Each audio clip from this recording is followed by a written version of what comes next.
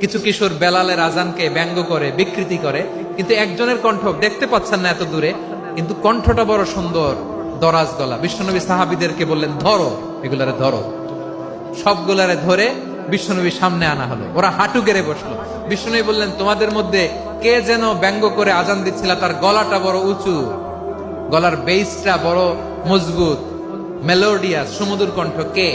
আবু মাহজুরা বলে, আমার বন্ধুরা সবাই আমার দিকে আঙ্গুল দেখায়, আমি পড়ে গেছি বিপদে।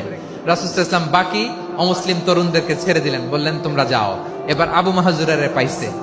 আবু মাহজুরার চুলের মধ্যে হাত দিলেন বিশ্বনবী, মাথায় হাত দিয়ে বললেন, এবার আজান দাও দেখি। আবু মাহজুরা বলে, আমি তো আজান দিতে জানি না, কারণ আমি তো বেলালেরটা শুইনা শুইনা দিছি, আমার তো মুখস্থ নাই, আমি তো আজান দিতে জানি না।